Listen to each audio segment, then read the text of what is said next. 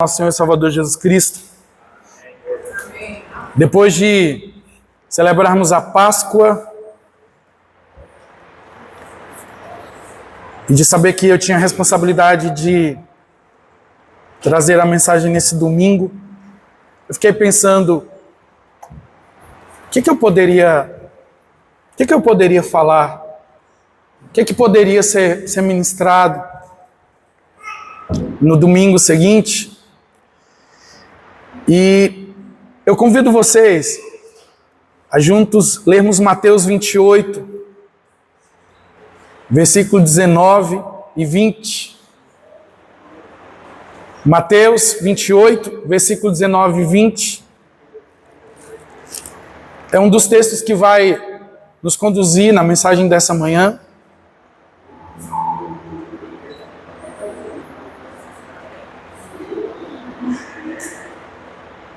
Pode? 28, 19 e 20. Nos diz assim a palavra do Senhor. Portanto, vão e façam discípulos de todas as nações, batizando-os em nome do Pai, do Filho e do Espírito Santo. Pode ir. Ensinando-os a obedecer a tudo o que eu ordenei a vocês.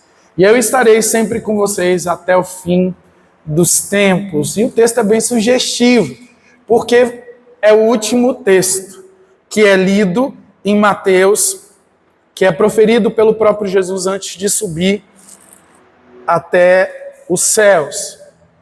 E o que fazer? Depois que nós entendemos que Jesus morreu por nós, que Ele ressuscitou, parece que é o que, de repente, algumas pessoas poderiam dizer assim, acabou, vamos voltar. Observem que quando Jesus morreu, alguns discípulos até tentaram, mas Jesus ainda ficou aqui 40 dias, e nesses 40 dias Ele exortou os discípulos, Ele exortou a igreja, Ele ensinou o que a igreja deveria fazer. E no finalzinho, já subindo aos céus, então Ele profere essa palavra aqui. Nada melhor do que ler esse texto, depois de pensar, e aí, Jesus ressuscitou, foi levado ao céu, e agora, o que é que nós precisamos fazer? Nós precisamos pensar no que esse texto tem para nós. Você pode colocar já o slide, por favor, Gabriel? Ele é o terceiro slide. Aí, show de bola. Olha só o que é que a palavra de Deus nos ensina. Portanto, vão e façam discípulos de todas as nações. Ele está dizendo o lugar. Onde? Em todo lugar. Como? Batizando-os em nome do Pai, do Filho e do Espírito Santo, ensinando-os a guardar todas as coisas que vos tenho ordenado. E eis que estou com vocês todos os dias até o fim dos tempos. E ele está se referindo à ação do próprio Espírito Santo de Deus. Irmãos, quando eu li esse texto, eu fiquei pensando no impacto que isso trouxe à vida dos discípulos. Nas últimas palavras, algumas pessoas prestam muita atenção no que, quando uma pessoa vai morrer, as últimas palavras, qual é o desejo dele. Jesus não estava morto, Jesus estava vivo, bem vivo, subindo aos céus. E a ideia era que aquela palavra, aquelas últimas palavras que estavam sendo anunciadas por ele, elas servissem para que nós, que ficamos aqui na terra, estamos vivos, e os discípulos que estavam vivos, eles pudessem se inspirar todos os dias nessa palavra, que a gente conhece tão bem como grande comissão. A ideia de fazer discípulos, a ideia de fazer pequenos cristos, anunciar o evangelho e fazer pequenos cristos. Como viver? Que impacto isso traria na vida dos discípulos? Porque até então, alguns pensavam, nós vamos voltar para as nossas casas, nós vamos voltar a fazer o que a gente fazia, E a ideia é: nunca mais vocês serão os mesmos. Nunca mais vocês farão as mesmas coisas. Vocês serão desafiados todos os dias a viver no impacto da cruz. Todos os dias vocês serão desafiados a amar o próximo. Todos os dias vocês serão desafiados com a própria natureza, com o próprio pecado de vocês. Todos os dias vocês enfrentarão demônios, vocês enfrentarão principados, vocês enfrentarão potestades. Nunca mais a vida de vocês vai ser a mesma. A partir do momento que vocês conheceram a verdade plena, a partir do momento que vocês conheceram o próprio Deus encarnado, nunca mais. Quando eu era criança, eu ficava perguntando para minha mãe, ou para algumas pessoas, qual o sentido de, na quarta-feira de cinza, o pessoal colocar uma cruzinha na testa. Aqui em Brasília, talvez isso não seja tão comum, porque a gente, geralmente, quando isso acontece, as pessoas estão saindo da igreja na missa da quarta-feira de manhã, né? Que eles chamam de quarta-feira de cinzas, né? Que é uma forma de você lembrar que você é pecador, de você lembrar o que Jesus fez por vocês, mas a cinza na testa apaga. Mas a palavra de Deus, do texto que nós acabamos de ler, continua ecoando nos nossos corações. Não vai ser um sinal físico que vai determinar o que eu vou lembrar. E a gente sabe na prática, irmãos, que muitas pessoas saem dali, na prática, e vão fazer outras coisas, vão viver suas vidas, né? Vão dizer, graças a Deus, acabou o período de purgação, né, da quaresma, o sacrifício que eu deveria fazer eu já fiz, eu já posso voltar a comer carne novamente, já posso voltar para a minha vida novamente, eu já posso pecar novamente, porque essa é a prática que é feita. Mas uma coisa que nós observamos, irmãos, é que essas verdades que deveriam estar como um sinal tatuado no nosso coração, muitas vezes elas são esquecidas. Nós acabamos de sair de um período de 40 dias de milagres, onde nós fomos ministrados a respeito do que Jesus fez, do impacto que Jesus teve na vida de algumas pessoas quando essas pessoas foram curadas, foram transformadas por Jesus, tiveram suas vidas transformadas por Jesus. E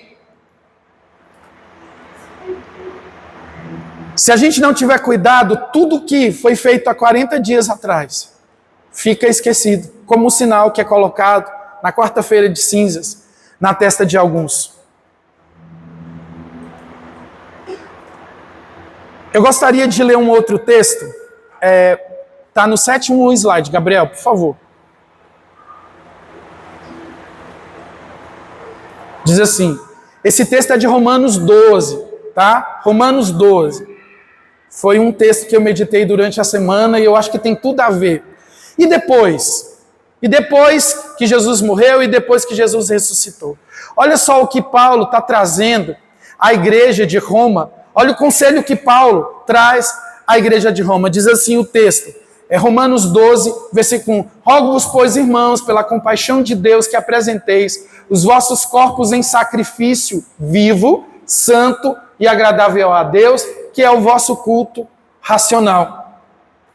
Observe que a igreja, ela continua, depois do texto de Mateus, uma igreja já é formada ali em Roma, e quando essa igreja é formada, Paulo precisa lembrar aquela igreja como eles devem se comportar.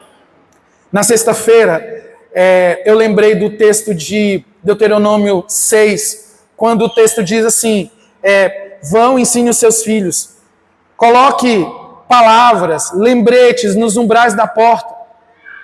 Daí a importância de se ter a palavra, se ter a lei como antídoto no seu coração. E todas as vezes que você for lembrado a respeito do pecado, porque o que levou Jesus à cruz? O meu e o seu pecado. Entende que tem uma história que continua, e uma história prática, uma história que diz respeito a mim e a você. E dependendo do que eu faço na minha prática, eu posso invalidar no meu coração e no coração de outras pessoas o que Jesus fez lá na cruz do Calvário. A cruz não teve impacto nenhum, porque não fez diferença e não mudou o meu coração, não mudou a minha prática. E Paulo está preocupado com isso. Eu destaquei algumas palavras no texto. Rogo-vos, pois, irmãos, pela compaixão de Deus. Isso diz respeito a nós. Por quê? O que é compaixão? Deus sentiu a dor do nosso pecado. Deus sabia que nós íamos morrer. E aí o que ele fez? Ele teve compaixão. E aí, o que é que essa compaixão, o que é que esse ato de Jesus lá na cruz do Calvário representa para nós?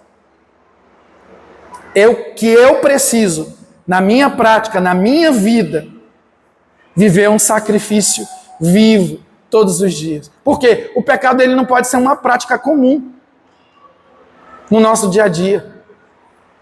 Se por acaso vocês pecarem, vocês têm um advogado, Jesus Cristo. Lembra do texto? É isso que a palavra de Deus diz. Então, deve ser um sacrifício vivo, onde eu sou lembrado o tempo inteiro que a minha carne é pecaminosa. E ela é tendenciosa ao pecado. E sendo tendenciosa ao pecado, eu vou precisar desse antídoto no meu coração. Que eu preciso sacrificar a minha carne. Para que o nome de Jesus seja glorificado. Eu preciso sacrificar a minha carne. Para que eu continue no propósito daquilo que Jesus me desafiou a fazer. Ele precisa ser santo. Eu preciso ter uma vida separada diante de Deus. E ele precisa ser agradável. Eu não posso ficar de cara feia. Eu não posso ficar com o meu coração fechado. Eu não posso achar que o que eu faço para Deus é pesado. Porque eu não ofereço no altar do Senhor qualquer coisa. Eu ofereço o melhor. Eu ofereço o que eu preciso oferecer. Pode passar. O versículo 2 diz assim: e não sedes conformados com este mundo, mas sedes transformados pela renovação do vosso entendimento, para que experimenteis qual seja boa, agradável e perfeita vontade de Deus. Se eu pegar o finalzinho, eu vou entender que o que Jesus fez na cruz me leva a perceber que eu não tenho mais vontade, que eu não faço mais o que eu quero. Eu tenho que esperar em Deus qual é a boa, perfeita e agradável vontade de Deus. Mas, para que isso aconteça, eu vou precisar entender que eu não posso me conformar com o que esse mundo me apresenta. Com as decisões que são apresentadas todos os dias. Mas nós estamos aqui pertinho do poder, que emana as decisões, as leis de todo o país. Dificilmente alguém questiona, dificilmente alguém chega lá para dizer: eu não concordo com essa lei que foi colocada. Primeira coisa que a gente vai pensar: pastor, o que é que as pessoas vão dizer? Vão dizer que eu estou doida. Porque lei é lei, precisa ser cumprida. Mas eu não posso me conformar com o que esse mundo apresenta para mim todos os dias. Nem com esse mundo. Mas sede transformados pela renovação do vosso entendimento. O que o texto diz?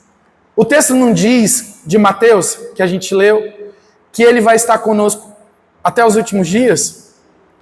Nesses dias que vão se suceder, o Espírito Santo de Deus vai renovar o nosso coração, o nosso entendimento, para que as práticas que esse mundo oferece, para que as práticas que esse mundo ensina e quer fazer com que a gente engula isso, eu possa decidir que eu não quero fazer parte disso. Decidir que eu não concordo com isso. E aí, se eu fizer isso, irmãos, olha o que é obediência. Se eu fizer isso, se eu for contra o mundo, se eu for contra a minha carne, se eu for contra os meus desejos, eu vou entender o que é a boa, agradável e perfeita vontade de Deus. Pode passar, Gabriel. porque pela graça me é dada. Digo a cada um dentre vós que não pense de si mesmo, além do que convém. Antes pense com moderação, conforme a medida da fé que Deus repartiu. E se você continuar, pode passar. Porque assim como em um corpo temos muitos membros e nem todos os membros têm a mesma operação, pode passar. Assim nós, que somos muitos, somos um só corpo em Cristo, mas individualmente somos membros uns dos outros. O desafio desse texto de Paulo é nos fazer pensar na minha vida com Deus e na minha vida com o meu próximo. Porque ele não diz em momento nenhum que eu vou ficar sozinho. Ele diz que eu vou fazer parte de um corpo. Ele diz que eu vou fazer parte de uma igreja. E que lá vai ter pessoas diferentes, com diferentes dons. E que, como cegos tateando, eu imagino assim, cada um vai querer exercer o seu dom. Mas ele não sabe qual o impacto em nenhum momento. Por isso eu vou precisar saber qual é a boa, perfeita e agradável vontade de Deus.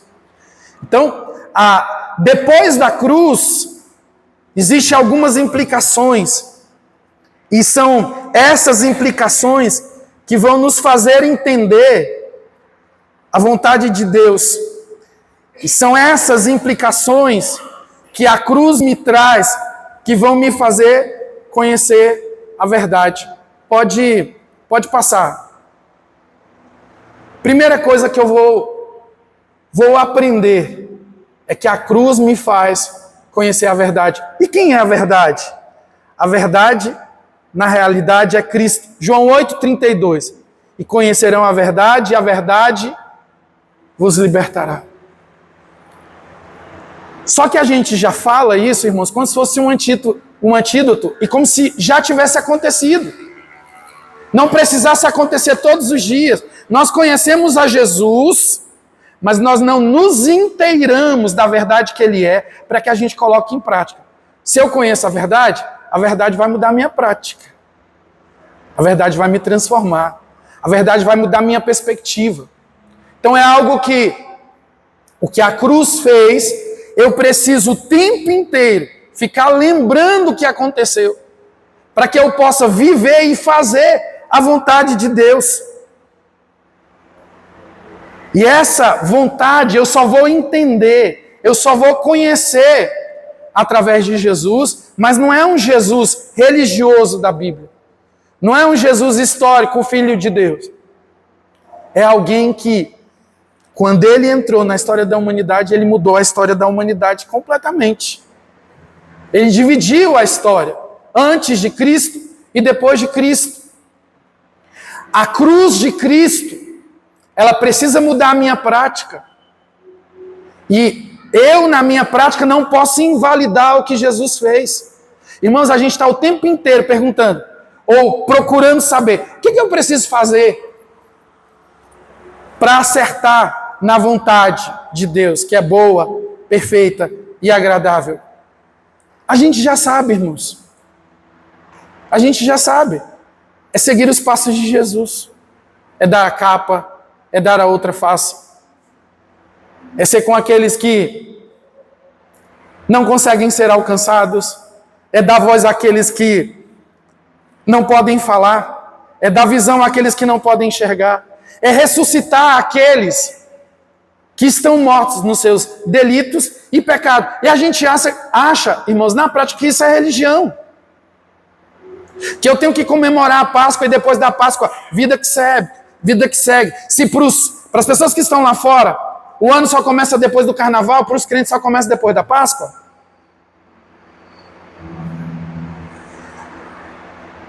Nós somos desafiados todos os dias a lembrarmos dos princípios da palavra de Deus. Se eu digo que eu conheço a verdade, a cruz, o que Jesus fez na cruz impactou, mudou, transformou o meu coração, a minha perspectiva. E o Espírito Santo de Deus vai continuar fazendo a ação dele no meu coração. Segunda coisa que eu preciso aprender na prática que acontece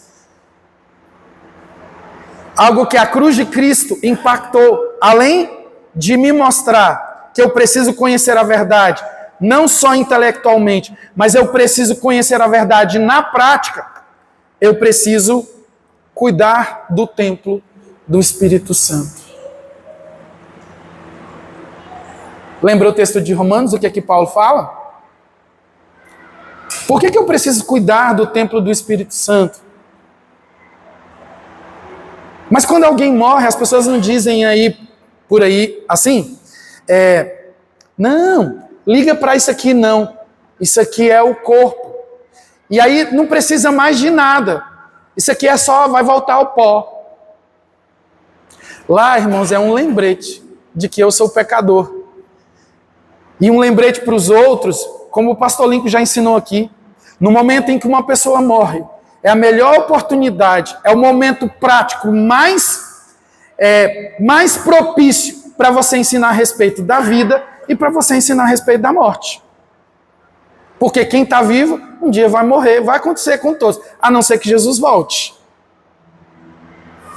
É a única condição para que você não morra. Mas se ele não voltar, se você tiver que passar pela morte, não acabou não. É um lembrete de que eu sou de Deus. E sendo de Deus, o que Jesus fez lá na cruz do Calvário tem um impacto poderoso na minha vida. Sabe qual é esse impacto? Eu vou ressuscitar com um corpo semelhante ao dele, nos diz a palavra do Senhor. E se eu entendo isso, antes que esse corpo se vá momentaneamente, eu preciso cuidar do templo do Espírito Santo. João 14, versículo 16 e 17 diz assim: E eu pedirei ao Pai, e Ele lhes dará um outro Consolador, a fim de que esteja com vocês para sempre. E o Espírito é o Espírito da verdade, que o mundo não pode receber, porque não vê nem o conhece. Vocês o conhecem, porque Ele habita com vocês e estará com vocês. Por que eu preciso cuidar do templo do Espírito Santo? Porque existe um Deus que mora dentro de mim, chamado Espírito Santo. Que muitas vezes eu sufoco, que muitas vezes eu não dou ouvido, que muitas vezes eu não deixo Ele me mostrar as coisas, que muitas vezes eu não deixo Ele me falar as coisas. Eu não ouço. E eu preciso de auxílio de outras pessoas para poder ouvir. E às vezes, mesmo quando Deus usa outras pessoas, eu dou com os burros na água. Eu não faço o que eu preciso fazer. E aí, na minha atitude, eu invalido o que Jesus fez lá na cruz do Calvário por mim. Eu digo que é insignificante, que não foi só isso. É por isso que muitas pessoas lá fora, irmãos, nós temos aprendido isso no discipulado. Muitas pessoas lá fora acham que o sacrifício de Jesus foi pouco. Eu preciso fazer alguma coisa. Eu preciso ter uma participação para que seja válido o que Jesus fez por mim. Mas como que um corpo corruptível, pecador, é capaz de tomar decisões acertadas, se não for pela ação do Espírito Santo, se não for pelo conhecimento da verdade, se não for pelo endireitamento que o Espírito Santo e o conhecimento da palavra causam no meu coração? Naturalmente, irmãos, nós não vamos escolher a cruz, porque às vezes a nossa consciência, a nossa mente nos engana, dizendo que a cruz é o último estágio. Com a cruz acabou-se a vida. Eu não tenho mais quem seguir, eu não preciso mais. Isso é uma mentira do inferno. Isso é uma mentira do inimigo. A cruz, irmãos, é a inauguração do meu ingresso na vida eterna. Você consegue entender isso? Você apresentar Jesus Cristo na vida de alguém, o que Ele fez, o pagamento, a dívida aniquilada, paga. Você consegue entender a dimensão que isso tem, o impacto que isso tem na minha e na sua vida e na vida de quem precisa ouvir a Jesus? Por que que às vezes, irmãos, nós nos comportamos como se a gente tivesse só que celebrar, comemorar uma data que fica esquecida, e até que chegue o Natal, não faz sentido Páscoa e Natal. Porque as duas coisas apontam para o mesmo propósito. Jesus entrando na minha história, Jesus entrando na sua história, Jesus entrando e transformando a perspectiva de pessoas lá fora. Lembra o que o texto de Mateus fala? Finalzinho, e estarei convosco até a consumação dos séculos, na pessoa do Espírito Santo. Olha o que Jesus está falando, irmãos. Isso aqui antecede o que já aconteceu. E eu pedirei ao Pai, e Ele lhes dará um outro Consolador, a fim de que esteja com vocês para sempre. É o Espírito da verdade, que o mundo não pode receber, porque não vê nem o conhece. E a pergunta é, por que que o mundo não vê e nem conhece? Porque eu, que sou vitrine de Deus aqui na terra, não me apresento como tal. Eles não vão conhecer Jesus olhando para Jesus ou vendo a apresentação da história a respeito de Jesus como algo de Páscoa, ou como algo parecido. Eu não sei quantos de vocês receberam um vídeo em Goiânia, acho que aconteceu, tem umas 2, 3 semanas mais ou menos que eu recebi esse vídeo. Uma pessoa caracterizada de Jesus vai até um terminal rodoviário em Goiânia, não sei qual, se coloca num pilar, sentado, e tem um cartaz dizendo, você quer sentar aqui comigo? E as pessoas, quando elas veem o Jesus Cristo encarnado, de carne e osso, o que aconteceu, eles lembram do que aconteceu. Aí as pessoas choram, as pessoas abraçam, as pessoas, elas ficam impactadas com aquilo. Irmãos, aonde está o Jesus Cristo nas nossas vidas ressuscitado? Aonde está o nosso testemunho que muitas vezes as pessoas deveriam olhar e deveriam ver Jesus? Ou se perguntar, por que essa pessoa é diferente? Por que essa pessoa está sempre disposta? Por que essa pessoa se preocupa comigo? Por que essa pessoa aprendeu o meu nome? Por que essa pessoa me cumprimenta? O impacto que tem da cruz de Cristo nas nossas vidas, irmãos, é esse. De eu apresentar para as pessoas a Jesus através da minha vida. Eu não sei se foi na África ou foi na Índia que os missionários chegaram à China, se eu não me engano. A China foi muito evangelizada em séculos anteriores. E quando os missionários voltaram lá, e começaram a falar de Jesus, as pessoas diziam assim, mas ele já passou por aqui. Essa pessoa que você está descrevendo já passou por aqui. E tem mais ou menos uns 300 anos. A nossa história conta que Jesus passou por aqui.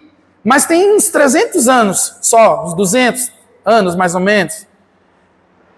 E o missionário não entendia, não tem condição de Jesus ter vindo aqui e ter tão pouco tempo de diferença, mas ele já veio aqui. Essa pessoa que você está descrevendo, ele passou por aqui. E sabe de quem eles estavam falando? Do missionário, que pregou na China inteira. E praticamente a China conheceu a respeito de Jesus. E não era através das pregações, não. Era através do testemunho, da vida que ele tinha com Deus. Você é capaz de dimensionar o impacto que isso trouxe no coração do missionário quando ouve aquele testemunho? Jesus passou por aqui. E, assim, você está dizendo de um Jesus que viveu há aproximadamente mais de 2000 anos atrás. Eu estou falando de um Jesus que andou aqui, esteve entre nós. Você consegue entender o quanto de defasagem nós temos no nosso trabalho, na grande comissão que nós recebemos de Jesus? Terceiro e último impacto.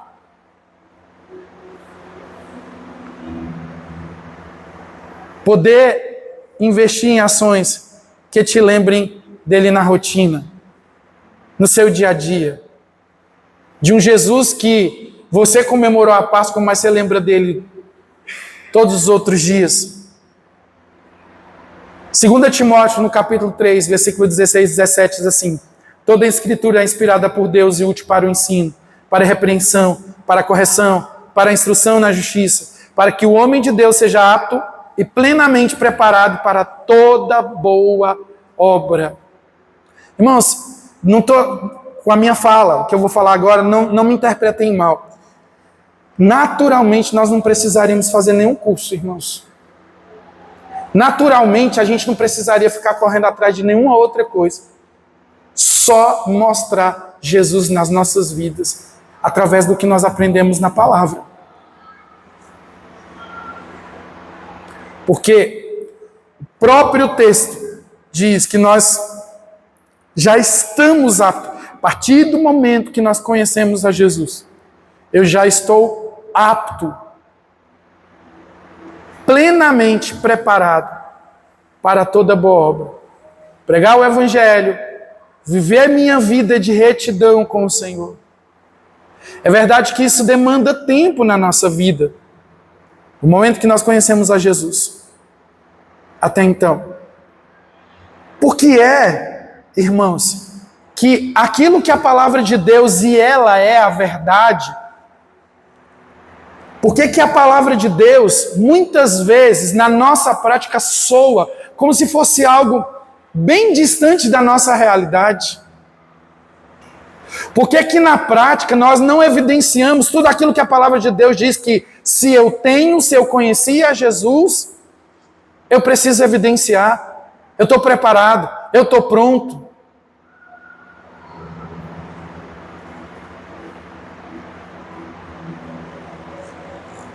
O Salmo 119, no versículo 105, diz assim: a tua palavra é lâmpada que ilumina os meus passos e luz que clareia o meu caminho. Tanto serve para mim, quanto serve para o outro.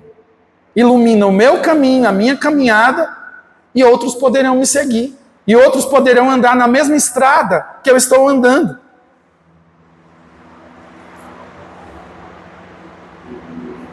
E para encerrar, Mateus 28, 19 a 20, eu gostaria de ler com vocês novamente. Diz assim: portanto, vão e façam discípulos de todas as nações, batizando-os em nome do Pai, do Filho e do Espírito Santo, ensinando-os a guardar todas as coisas que tenho ordenado a vocês. E eis que estou com vocês todos os dias, até o fim dos tempos.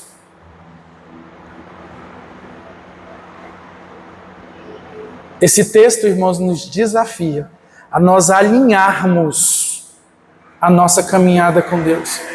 Esse texto nos desafia a que a gente vá, mas que antes a gente preste atenção em tudo que foi ensinado por Paulo aos Romanos, de uma forma muito mais clara. Ele diz lá, irmãos, se vocês lerem o capítulo 11, o capítulo 12 e o capítulo 13 de Romanos, vocês vão perceber tudo que é prático, como a igreja deve viver. O que a igreja deve fazer para poder fazer isso. Para poder ir para a grande comissão. E uma coisa não invalida uma coisa não invalida a outra. Complementa, ensina. Diz até de forma pormenorizada como as coisas devem ser. Irmãos, na prática, a primeira coisa que acontece quando eu não sei lidar com o dom do outro, com a diferença do outro, eu não vou mais na igreja. Jesus não faz mais sentido para mim. O meu ressentimento, o meu pecado, a minha carne, as minhas motivações, elas são mais fortes e mais importantes do que o que Jesus fez por mim. Eu tinha vida quando ele morreu lá na cruz e agora eu estou resolvendo me enterrar com o meu pecado, com o meu orgulho, com a minha soberba, com a minha mesquinharia, com a minha justiça própria, quando eu digo que eu é que tenho razão, eu é que tenho certeza.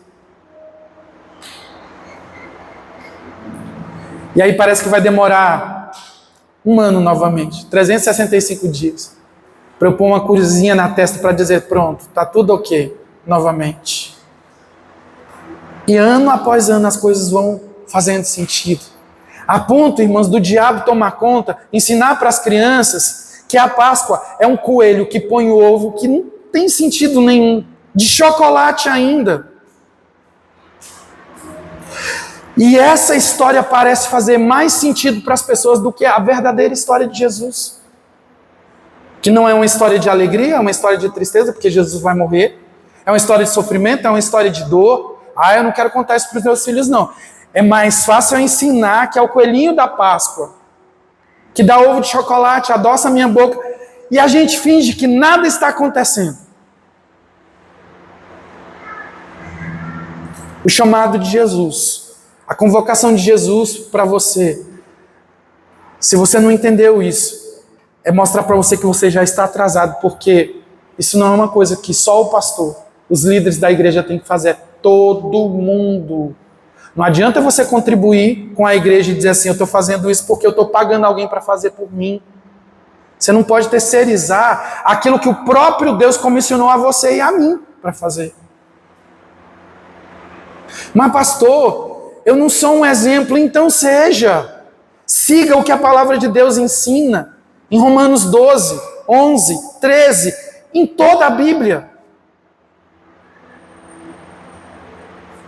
O desafio é, qual o impacto que a cruz de Cristo teve na sua vida?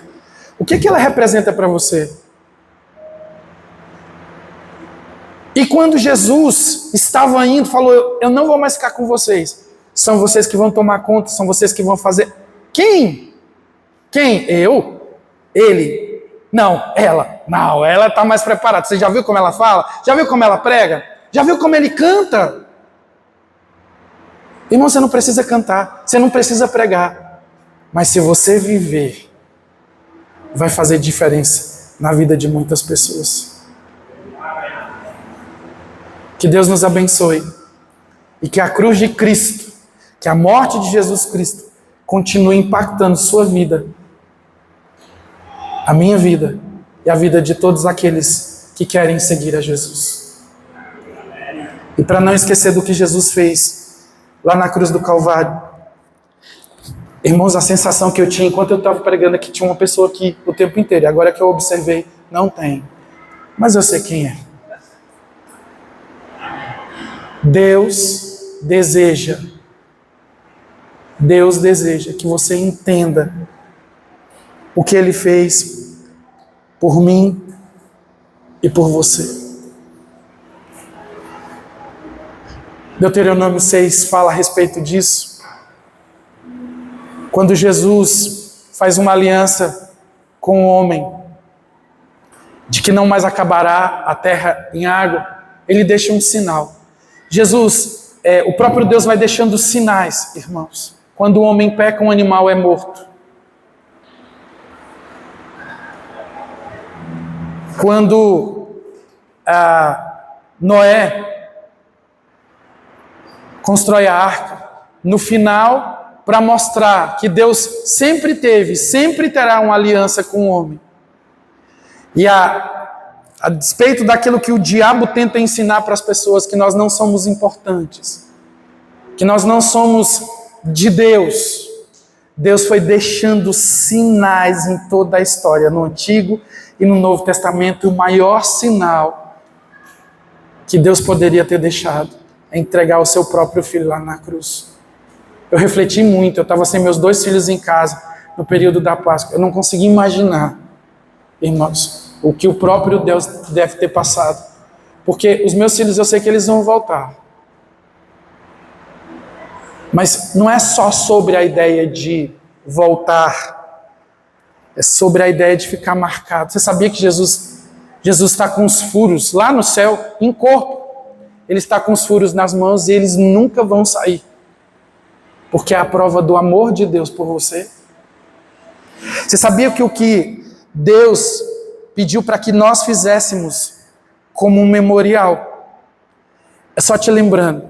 Sabe quando você erra? Sabe quando você se esquece de mim? Sabe quando você peca? Sabe quando você faz o que não deve fazer? Pois é.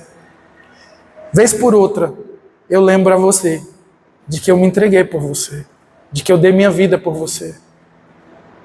Irmãos, o amor de Deus, ele não cessa. Independe do que você faz ou deixa de fazer, ele vai continuar te amando, a me amar.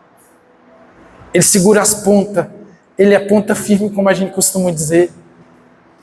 Ele é de rocha, ele é a própria rocha. É nele que nós encontramos o sustento para as nossas inquietações. É nele que nós encontramos a certeza das nossas incertezas. É nele que nós encontramos a verdade quando as pessoas querem nos ensinar a mentira. E na noite que Jesus se entregou por mim e por você, e o impacto que a cruz causou na minha e na sua vida, ele tomou o pão, deu aos discípulos. Um dia comum, no dia a dia, mas era um dia que antecedia a sua morte. Mas era um dia comum. E aí ele deixa esse sinal gigantesco do amor dele por mim e por você. Ele toma o pão, divide com os discípulos e diz: esse é o meu corpo que vai ser moído por nós, por vós. Ele toma o vinho e diz: esse é o meu sangue que vai ser derramado por vós. Na certeza de que Jesus derramou o seu sangue, na certeza de que Jesus entregou o seu corpo, eu convido você nesse instante para juntos orarmos e agradecermos a Deus pelo que Ele fez por nós. E refletimos mais uma vez a respeito do impacto que isso teve e daquilo que Ele nos deixou como missão, as últimas palavras dele. Vão, façam discípulos, ensinem isso para outras pessoas, ensinem a verdade, ensinem a respeito do amor, do cuidado, da provisão do Deus que continua cuidando. Pai, em nome de Jesus, nós queremos te louvar por tudo que o Senhor fez lá na cruz do Calvário por nós. Obrigado porque o Senhor um dia, ó Deus, deu, ó Deus, o seu corpo, derramou o seu sangue por nós. Que no momento que nós participarmos desses elementos, ó Deus, que nós separamos agora em nome de Jesus, para serem usados, ó Deus amado, como um memorial do que o Senhor fez por nós. Receba o nosso louvor, receba a nossa gratidão. Receba, em nome de Jesus, ó Deus, o desejo de um coração que é pecador, mas que entende que tem muita responsabilidade com todos que estão aqui ainda que não te conheceram.